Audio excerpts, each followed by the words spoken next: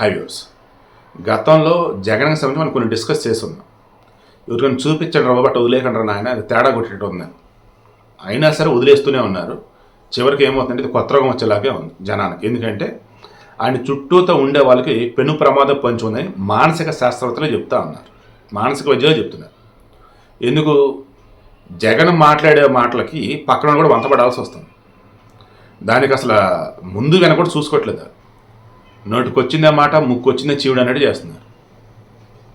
నిన్న ఆయన వరద ప్రభావిత ప్రాంతాల్లో పర్యటించాడు. గతంలో హెలికాప్టర్లు వెళ్ళేవాడు ముఖ్యమంత్రిగా ఉన్నప్పుడు. ఈ ప్రతిపక్ష నేత కదా, అధికారులు ఉన్నటువంటి చంద్రబాబు నాయుడే 24 hours గ్రౌండ్లోనే ఉంటున్నాడు. ప్రతిపక్ష నేతగా ఉన్న ప్యాలెస్లో ఉంటే బాగోదని ఏదో వచ్చాడు ఫార్మాలిటీకి. దెన్ ఇంకా అక్కడ వాళ్ళని ఏం చేయాలి? ఇమీడియట్గా చేయాల్సింది ఏంటిది?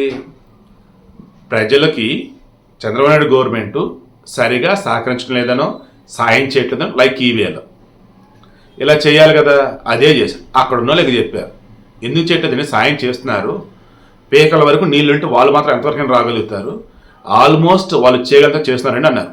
దెబ్బకి సౌండ్ లేదు, వెళ్ళిపోయాడు. ఇక మీడియా కనపడింది, మొదలెట్టాడు. ఇంక ఈ వరదలకు కారణం చంద్రబాబు. ఎలా? బుడమేరు పొంగడానికి కారణం చంద్రబాబు. అదే ఎలా? కృష్ణాది వరద వచ్చింది కదా, దానిక్కడ చంద్రబాబు ఇల్లు మునిగిపోయింది. అది మునిగిపోకుండా ఉండటానికి ఆ నదిలో నీళ్లు బుడమేరులోకి వదిలేరు. అసలు ఏమన్నా సెన్స్ ఉందా? ఈ బుడమేరు నీళ్ళంట నదిలో కలుస్తాయంట.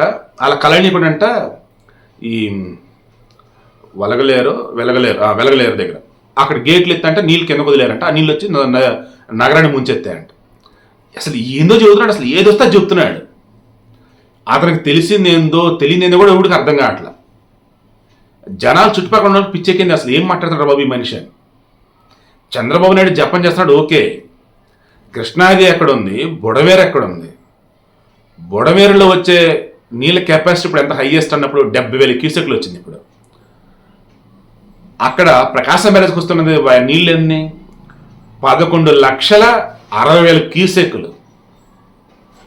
11 లక్షల పైచీలకు వస్తుంటే ఇక్కడ 70,000 క్యూసెక్లు ఆపాడా? ఏది? ఇది కలవనీయకుండా ఆపాడని అనుకుంటే, ఒకవేళ ఆయన ఇల్లు మునక్కొండ ఉంటానే కృష్ణాదిలో నీళ్ళు బుడమేరలో పంపారంటే ఎలా పంపుతారు అసలు? ఫస్ట్ క్లాస్ స్టూడెంట్ అంటా ఉంటాడు. నిజంగా 1వ తరగతిలో కూడా కూర్చొని కూడా పనికిరాడు, బేసిక్ కూడా తెలియదు అన్నట్టు.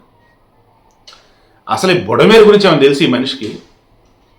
ఈ బుడమేరు ఈ రకంగా ఈరోజు ఉండటానికి కారణం వాళ్ళ నాన్న రాజశేఖర రెడ్డి. అది తెలిసి ఈ మనిషికి? ఈవెన్ ఈ జగన్మోహన్ కారణం అది తెలిసి ఈ మనిషికి?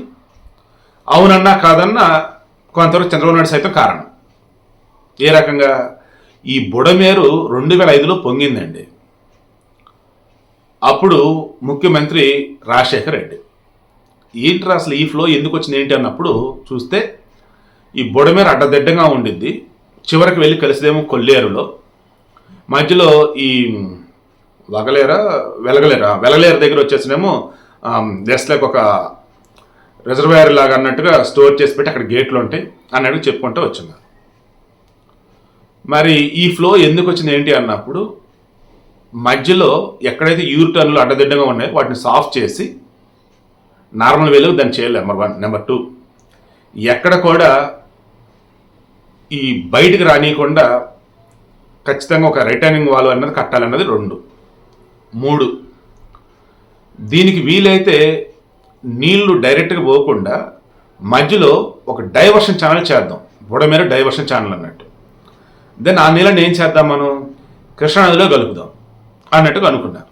అలా 2007-8 ఆ సమయంలో అప్పటికే పోలవరం ప్రాజెక్టు స్టార్ట్ అయింది పనులు. ఆ రైట్ కెనాల్ ఉంది కదా, ఆ రైట్ కెనాల్ది ఏంటి వచ్చి పోలవరం ప్రాజెక్టు దగ్గర రైట్ కెనాల్ నుంచి మొదలెట్టి చివరికి కృష్ణానదిలో కలవాలి, నదులు అనుసంధానం అన్నట్టు. వీళ్ళు ఏం చేశారు, 37,500 క్యూసెక్ల కెపాసిటీతో ఆ పోలవరం కుడికాలను తీసుకొచ్చి కృష్ణానదిలో కలపాలి కదా. మధ్యలో ఈ Narla Tatarao hydel power project ఉంది, హైడల్ కదా, ధర్మ పవర్ ప్రాజెక్ట్ అది. ఓకే, దాన్ని ఏం చేశారు, ఆ కాలువ ఏదైతే అక్కడి నుంచి నీళ్లు మరల నదిలో కలుస్తాయి ఆ కాలువకు దీన్ని అటాచ్ చేశారు. అది అంత కెపాసిటీ లేదు.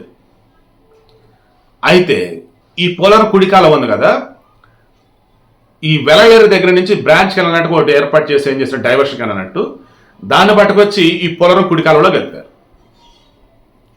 లక్కీలీ ఆ తర్వాత కొంత హెల్ప్ అయిందేమో కానీ 2009లో మరలా బుడమేర గుట్టకి దెబ్బేసింది.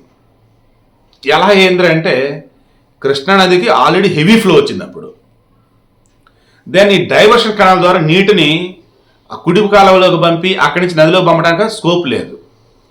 పోనీ ఎక్కువ క్యూసెక్లో వరద వచ్చింది, మరి పెంచుదామంటే అక్కడ పవర్ ప్రాజెక్టుకు సంబంధించే లోపల కాలువలు ఇవన్నీ అయ్యేది కాదు. ఈలోపు ఏమైంది, అడ్డదిడ్డంగా ఆక్రమణలు వచ్చేసాయి. 2008లో అసలు నది ఈ బుడమేరు అన్నది విజయవాడ సిటీలోకి రాకుండా ఒక అడ్డుకట్ట లాంటిది, పెద్ద కరకట్ట లాంటిది ఏర్పాటు చేశారు. ఆ తర్వాత నుంచి అండి అసలు అడ్డదిడ్డగా ఆక్రమణలు అన్నమాట. ఎక్కడ పడితే అక్కడ కాలనీలు అవి ఇవి. చంద్రబాబు నాయుడు వచ్చిన తర్వాత 2014-19 మధ్య అలా బోల్డెన్ వేసే, జగన్ వచ్చాక ఇక పట్టపగ్గాలు అడ్డదిడ్డంగా వచ్చేసాయి. దాంతో ఎగైన్ ఇప్పుడు ఆ బుడమేరు కెపాసిటీ రెగ్యులర్గా 6000 క్యూసెక్లేమో వచ్చిందంట. దానివల్ల ఇబ్బందిలే. ఈ వెలగలేరు దగ్గర వచ్చేసి ఆ గేట్లు ఎత్తేస్తే కిందకి వెళ్ళిపోద్ది. ఈ ఏలూరు కాలువకు సమాంతరం వెళ్ళింది. ఆ తర్వాత వచ్చేసి అటు తిరిగి చివరికి మళ్ళీ కొల్లేరులో కలిసింది. ఈ కొల్లేరుకి ఎర్ర కాలువ, తమ్మేరు, తర్వాత బుడమేరు ఇవే మెయిన్ అత్యంత కీలకం. అయితే ఆ కొల్లేరు దగ్గర ఆపరేషన్ కొల్లేరు అని చెప్పేసి 20 years బ్యాక్ ఒకటి చేశారు సెంట్రల్ గవర్నమెంట్. దానిని కూడా పక్కన పెట్టేశారు. దాన్ని కూడా ఆమ్యామ్యాలు, అడ్డదిడ్డంగా కబ్జాలు, దోచుకుంటారు. ఎక్కడ సక్రమంగా ఏది జరగల. దానివల్ల ఏమైంది, ఇప్పుడు ఆల్రెడీ 2009లో ఎలాగైతే కృష్ణాది హెవీ ఫ్లో వచ్చిందో అలాగే ఇప్పుడు కూడా వచ్చింది. అప్పుడు ఎలాగైతే బుడమేరకు వరద వచ్చిందో ఇప్పుడు బుడమేరకు వరద వచ్చింది. అప్పుడు ఎలాగైతే విజయవాడ మీదకి వచ్చిందో ఇప్పుడు అలాగే వచ్చింది. కానీ ఈసారి ఏంటి, ఊహించిన వేలో వచ్చింది. కారణం 70,000 క్యూసెక్లు వచ్చింది. మధ్యలో ఇబ్రహీంపట్నం దగ్గర తేలప్రోల దగ్గర వచ్చేసి గండి పడింది. ఈ మధ్యలో వచ్చేసి ఎక్కడైతే అడ్డదిడ్డ నిర్మాణాలు జరిగి ఉన్నాయో అక్కడ వచ్చేసి ఇది ఒక్కసారిగా మీదకు వచ్చేసింది ఉదిరికి. అండ్ ఈ వెలగలేరు దగ్గర వచ్చేసి మొత్తం 11 గేట్లు 11 అడుగులు ఎత్తునెత్తేటప్పటికి హెవీ ఫ్లో వచ్చేసింది. అండ్ ఆ ఫ్లో తట్టుకోలేక మధ్యలో గండి పడింది. ఇలా చెప్పుకుంటూ పోతే ఒక్కసారిగా కృష్ణానది బ్యాక్ వాటర్ అంతా వచ్చిందా అన్న ఫీలింగ్లో బుడమేరు మొత్తం మీదకి వచ్చేసింది. జగన్ చెప్తున్నట్టు కృష్ణానదిలోకి వదలటానికి అక్కడ స్కోప్ లేదు. ఇక్కడ గేట్లు ఎత్తకపోతే నార్ల తాతారావు ధర్మల స్టేషన్ ఏంటి ఈ మధ్యలో మొత్తం మునిగిపోయింది. అసలు ఊహించరు అసలు ఆ ప్రమాదం. అయితే ఏదైనా తేడా కొడితే మధ్యలో ఏదైనా కనుక నిర్మాణాలు తేడా వచ్చి ఎక్కడెక్కడ బద్దలైతే నదే మొత్తం మీదకి వచ్చేసింది. బుర్ర ఉండదు కదా మన జగన్కి, ఏదేదో మాట్లాడుతున్నాడు. సో ఈ విషయం మీకు అర్థమైంది కదా.